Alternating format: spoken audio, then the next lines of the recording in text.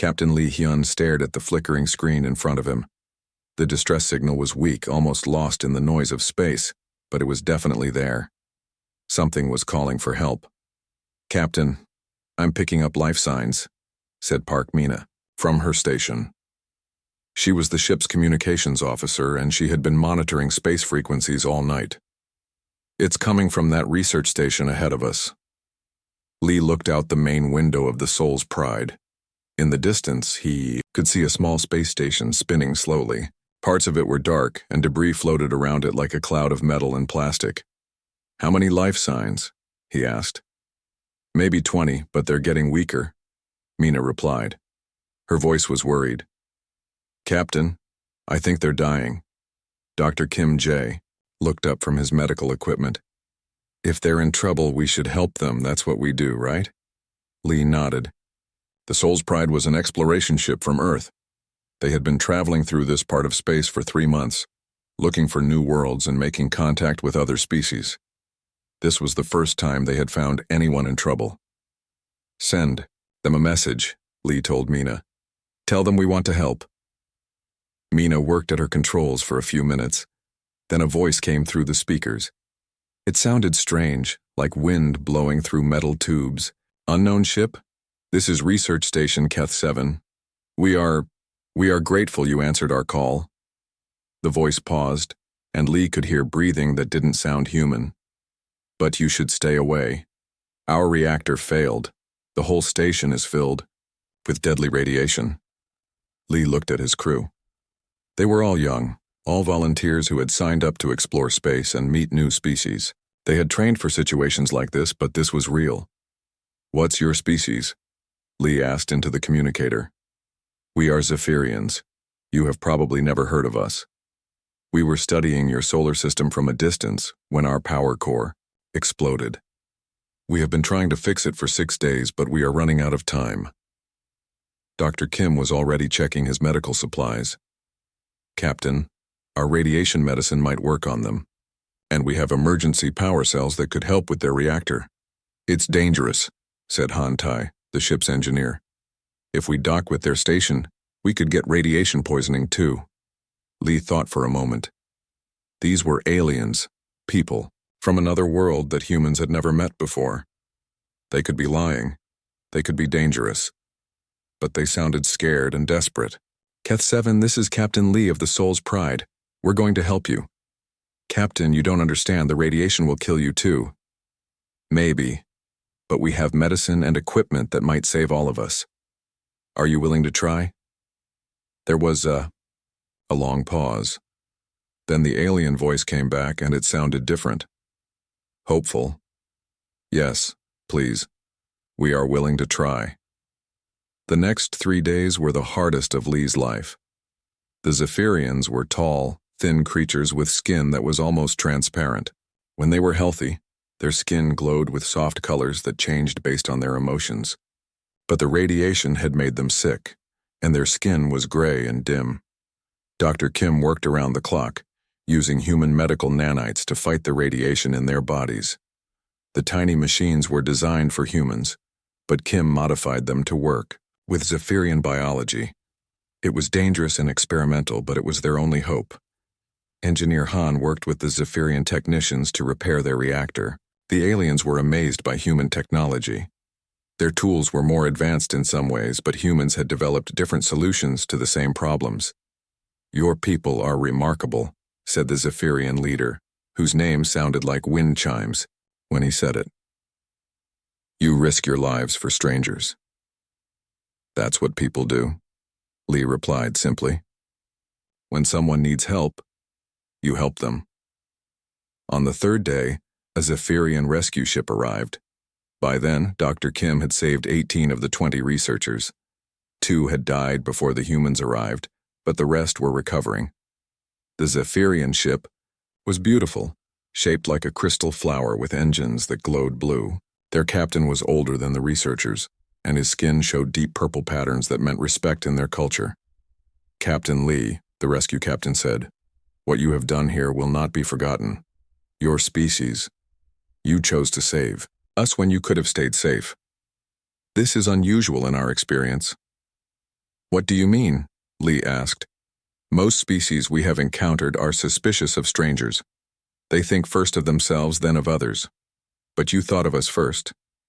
You shared your medicine, your food, even your emergency supplies. Lee looked around at his crew.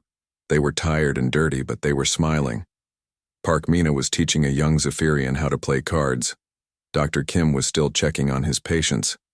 Han Tai was showing the alien engineers human power tools. We're explorers, Lee said. We came out here to meet new people and learn new things. Helping others is part of who we are. The Zephyrian captain's skin shifted to a warm gold color. Then you will fit well with the Galactic Confederation. I will make sure they know about your kindness. As the Soul's Pride left the repaired station, Lee didn't know that the Zephyrians' report would change everything for humanity. He just knew they had done the right thing. 6 months after the rescue at Keth 7, Ambassador Choi Yuna stepped off the transport ship onto the most amazing place she had ever seen.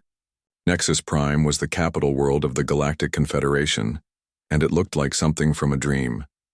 Cities floated in the air, connected by bridges made of pure light. Beings from dozens of different worlds walked together on crystal pathways. Some looked almost human, while others were so strange that Choi had to remind herself not to stare. Welcome to Nexus Prime, said a tall, crystal-like being who introduced himself as Counselor Velthar. His body was made of what looked like living glass, and his voice sounded like music. We have been very eager to meet your species properly. Choi bowed politely, the way she had been taught in diplomatic training. Thank you for inviting us. Earth is honored to be considered for membership in the Confederation. Behind her, her team looked around in wonder. Han Tai, her assistant, was trying not to drop his datapad as he stared at a group of floating jellyfish-like creatures. Kang Soo Jin, their economic expert, was already taking notes about the technology she saw. Cultural specialist Lim Da-hee was sketching the beautiful architecture. Your people saved our Zephyrian friends, Velthar continued as he led them through the city. That act of kindness has impressed many council members. We believe humans might be exactly what the Confederation needs. The next few weeks were like nothing Choi had ever experienced. Every day brought new meetings with different species. The council chambers were huge, with representatives from over 50 different worlds. Each species had their own way of communicating, their own customs, and their own problems. The main issue we face, explained Counselor Velthar during one of their private meetings, is that many species in the galaxy are still violent. They solve problems with weapons instead of words. The Confederation was formed to show that civilized beings can work together peacefully. Choi nodded. That sounds like something humans would support. We prefer to solve problems through discussion. And it was true. In the weeks that followed, whenever conflicts arose in the council, human diplomats found ways to help. When the Altarian and Procyon delegations started arguing about mining rights in the Kepler system, it was Kang Soo Jin who suggested a solution. Why not share the mining operations, she proposed during a heated council session. The Altarians are better at deep core mining, while the Procyons have superior refining technology. If they work together, both species will profit more than if they fight over the resources. The two delegations looked at each other suspiciously. They had been enemies for over a century. She's right, admitted the Altarian representative, a bear-like creature with thick fur. We have been so focused on keeping them away from our territory that we never considered cooperation. The Procyon delegate, who looked like a tall blue insect, clicked his mandibles thoughtfully. A joint operation would be more efficient and more profitable. Within a week, the two species had signed a partnership agreement. Counselor Velthar was amazed. In 300 years of Confederation history, no one has ever gotten the Altarians and Procyons to agree on anything. He told Choi privately. How did your economic advisor do it? She thought about what both sides really wanted, Choi replied. Sometimes the best solution is the one where everyone wins. Similar successes followed. When the plant-like Verdani complained that the mineral-based lithoids were damaging their worlds with heavy mining equipment, cultural specialist Lim Da-hee organized an exchange program. Verdani artists learned to create beautiful sculptures from lithoid crystals, while lithoid engineers developed new mining techniques that actually helped Verdani forests grow better. Your people have a gift, observed Counselor Zexandra, a graceful aquatic being who spoke through a water-filled helmet. You see connections where others see only differences. The formal membership hearings began after 2 months of successful mediation. Each day, Choi presented humanity's case to the full council. She talked about Earth's history, their technology, their values, and their desire for peace. We have had wars on our world, she admitted honestly, but we learned from them. We learned that fighting destroys more than it creates. We learned that working together makes everyone stronger. The questions came from dozens of different species. Some wanted to know about human technology. Others asked about their government systems. A few were curious about human culture and art. What happens when your people disagree strongly? Asked Counselor Velthar. How do you solve problems without violence? We talk, Choi said simply. We debate, we argue, we compromise. Sometimes it takes a long time, but we keep talking until we find a solution that works for everyone. Hantai showed the council recordings of human diplomatic sessions, peace negotiations, and international cooperation projects. The council members watched with interest as humans from different nations worked together to solve problems like climate change, disease, and poverty. Remarkable, whispered Counselor Zexandra. They actually choose cooperation over conflict. The final vote took place on a beautiful morning when 3 of Nexus Prime's suns were visible in the sky. Representatives from 57 different worlds cast their votes electronically. Choi sat with her team, trying to stay calm as the results were tallied. The motion to grant full membership to the species known as humans passes unanimously, announced Counselor Velthar. The chamber erupted in sounds of approval from dozens of different species. Later, as they celebrated with alien friends they had made, Counselor Velthar pulled Choi aside. We are very happy to have humans in the Confederation, he said. Your people will help us show the galaxy that civilized beings can build a better future together. Choi smiled, not knowing that this peaceful time would not last forever. New Busan was the first world that humans had made into a home away from Earth. The planet had wide green valleys and clean rivers, perfect for farming and raising families. Korean settlers had built cities that mixed old traditions with new technology. Children played in parks while their parents worked in offices and schools that looked out over rolling hills. Park Jin-woo was teaching his 3rd grade class about the different alien species in the Galactic Confederation when the first explosions lit up the sky. Through the classroom windows, he could see bright flashes high above the clouds. Teacher, what's that? Asked little Kim So-young, pointing at the lights. Park tried to stay calm, but his hands were shaking as he reached for the emergency communicator. Everyone stay quiet and sit down, he told his students. We're going to play a hiding game. The children, sensing something was wrong, huddled together as Park activated the school's emergency protocols. But before he could finish the lockdown procedures, the ground shook so hard that windows cracked and ceiling tiles fell. High above New Busan, the Vorthon Empire's war fleet had arrived without warning. Their ships were massive, ugly things built for destruction. They had been watching human colonies for months, waiting for the right moment to strike. Begin orbital bombardment, commanded General Korth, the Vorthon military leader. He was a reptilian creature with scarred scales and cold yellow eyes. Show the Confederation what happens to their precious peaceful members. The attack lasted only 20 minutes, but it felt like forever to the people below. Energy beams from the Vorthon ships turned buildings into rubble and parks into craters. The beautiful city center where families had walked just hours before became a burning wasteland.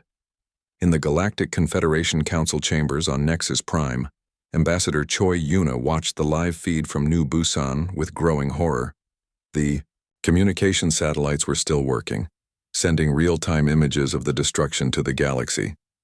This is a clear violation of Confederation space, she said to the emergency session of the council. Her voice was steady, but her hands gripped the podium so tightly that her knuckles were white. We need immediate military intervention. Counselor Velthar's crystal body flickered with what his species showed when they were uncomfortable. Ambassador Choi, We understand your concern, but the Confederation has specific procedures for military action. We cannot simply...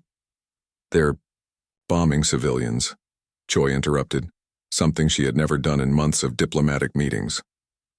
On the screen behind her, smoke rose from what had been a residential area. The proper protocol requires a formal investigation, said Counselor Sexandra. We must determine if this is truly an unprovoked attack or if there were contributing factors.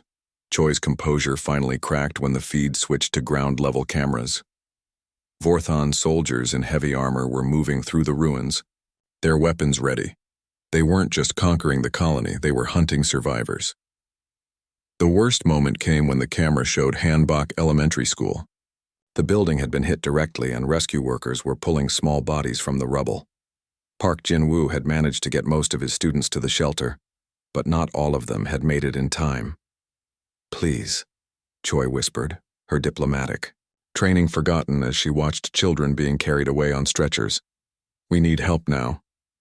Ambassador, we sympathize with your distress, Counselor Velthar said gently, but the Confederation has established procedures. We cannot authorize military action without proper committee review, impact assessment, and... How long?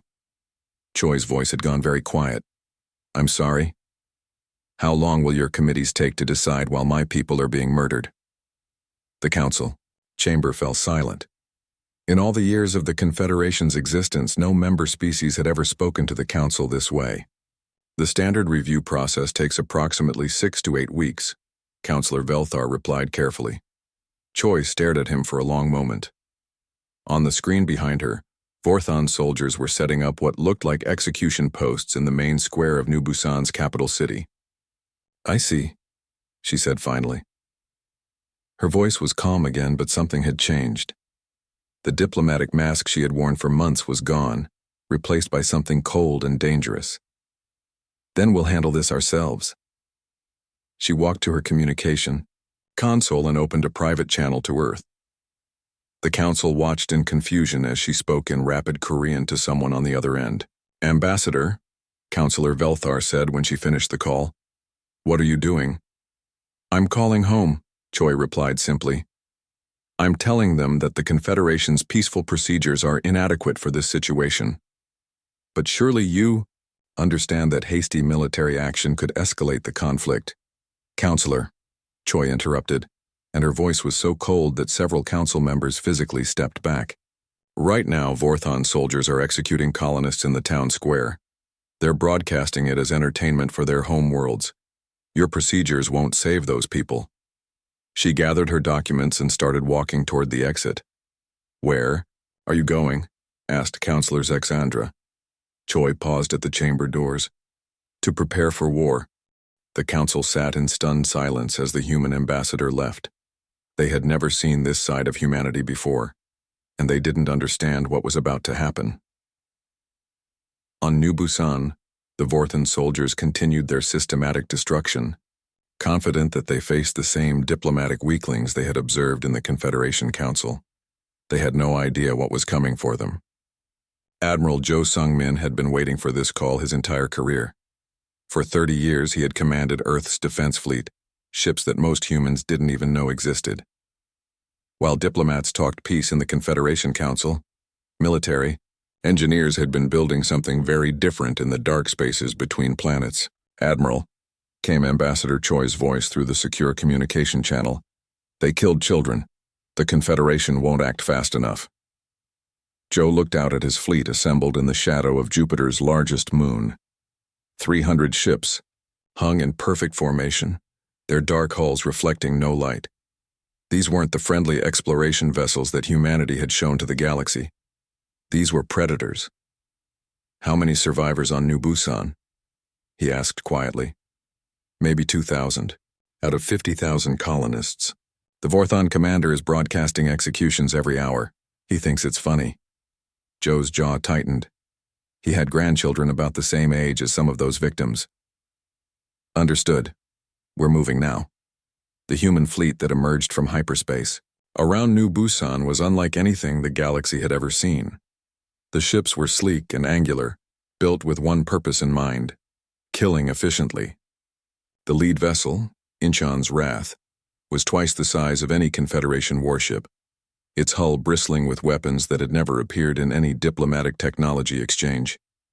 Captain Lee Min-ho, commanding the Incheon's Wrath, opened a channel to all Vorthon forces in the system.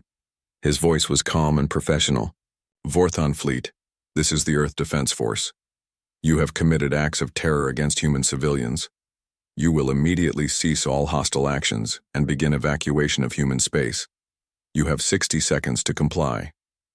In the command center of the Vorthon flagship Death's Glory, General Korth looked at his tactical displays with amusement.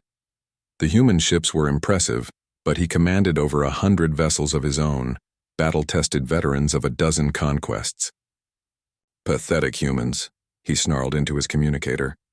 You send your little peace-loving fleet to threaten the Vorthon Empire? We have been conquering worlds since before your species learned to use fire. 50 seconds, came the calm human response. Korth laughed, a harsh sound that his crew had learned to fear. Watch this, you soft-skinned weaklings. We'll add your ships to the wreckage below. He never got to finish the threat. The human attack was surgical in its precision. Incheon's Wrath fired a single kinetic round. A piece of metal accelerated to nearly the speed of light. It struck the Death's Glory dead center, and the massive Vorthon flagship simply ceased to exist, turned into expanding plasma and debris. Target destroyed, reported Weapons Officer Park Hae-jin matter-of-factly.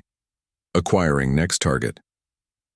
The battle that followed couldn't really be called a battle. It was an execution. Human ships moved through the Vorthon formation like sharks through a school of fish. Their weapons were terrifyingly efficient. No wasted shots, no unnecessary destruction of their own forces. Every human vessel knew exactly where every other friendly ship was at all times, allowing them to coordinate attacks that the Vorthons couldn't counter. Captain Song Jae-min, commanding the destroyer Soul's Vengeance, watched his tactical display as Vorthon ships tried desperately to retreat. Command, requesting permission to pursue fleeing vessels. Negative, came Admiral Joe's voice. Let some of them go. They need to tell others what happened here. On the ground, Colonel Baek Min-ho led the rescue operation with the same cold efficiency. His Marines moved through the ruins of New Busan like ghosts, finding survivors and eliminating any Vorthon forces they encountered. The worst moment came when they reached Hanbok Elementary School. Vorthon soldiers had set up a command post in the ruins, using the bodies of children as trophies. Colonel Baek's expression didn't change, but his voice was deadly quiet when he spoke into his communicator. Command requesting updated rules of engagement. What's the situation, Colonel? Admiral Joe asked. The enemy has desecrated our dead, our children. There was a pause.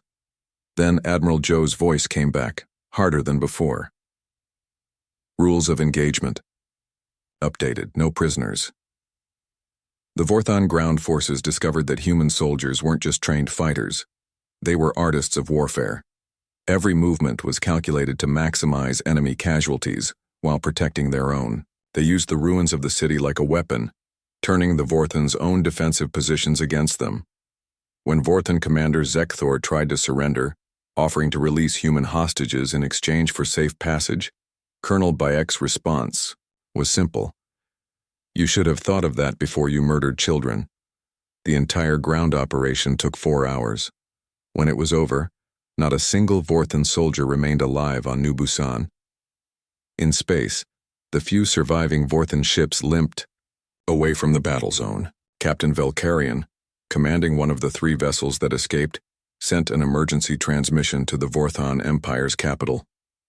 The humans, he gasped, his voice filled with terror. They're not what we thought. They're not the soft diplomats from the Council. They're something else entirely. The transmission was intercepted by Confederation monitoring stations. Across the galaxy, military analysts studied the battle recordings in stunned silence. The humans had destroyed a force 3 times their size in less than 20 minutes with 0 casualties of their own. On Nexus Prime, Counselor Velthar stared at the tactical analysis with growing shock. This can't be accurate. Humans are peaceful. They choose diplomacy over violence. His aide, a young Zephyrian, looked up from his datapad. Sir, the recordings don't lie. They used weapons technology we've never seen before. Those ships, they were built for war. Velthar's crystal body flickered with confusion and fear. Everything they thought they knew about humanity had been wrong. The sleeping giant had awakened, and the galaxy would never be the same. The Vorthon Empire's formal surrender reached Earth within 2 weeks. The terms were simple: complete withdrawal from human space, reparations for New Busan, and a non-aggression pact enforced by the threat of human retaliation. Ambassador Choi returned to Nexus Prime, but she was no longer alone. Admiral Joe accompanied her, his dress uniform bearing decorations from conflicts the Confederation had never known existed. We appear to have misunderstood your species, Counselor Velthar said carefully. No, Choi replied, her diplomatic composure restored but somehow more dangerous than before. You understood perfectly. We are peaceful. We prefer negotiation to violence, cooperation to conquest. But you mistook our choice for inability. Admiral Joe stepped forward. We didn't evolve beyond the capacity for war. We evolved beyond the need for war. There's a difference. The council chamber was silent as the implications sank in. We are civilized, Choi continued. That means we understand the cost of violence, which is precisely why we're so efficient at it when civilization fails. We know what we're capable of, Counselor, and we choose restraint. But make no mistake about our capabilities. As the two humans left the chamber, Counselor Velthar turned to his aide, his crystalline form flickering with what his species called respectful fear. Send word to all member worlds, he whispered. Humanity is not our pet pacifists. They're something far more dangerous, warriors who choose peace but never forget how to wage war. In the days that followed, human space became the most peaceful region of the galaxy. Not because of treaties or diplomatic protocols, but because everyone finally understood the simple truth. The most dangerous beings in the universe are those who are capable of terrible violence, but choose mercy instead, until mercy is no longer an option.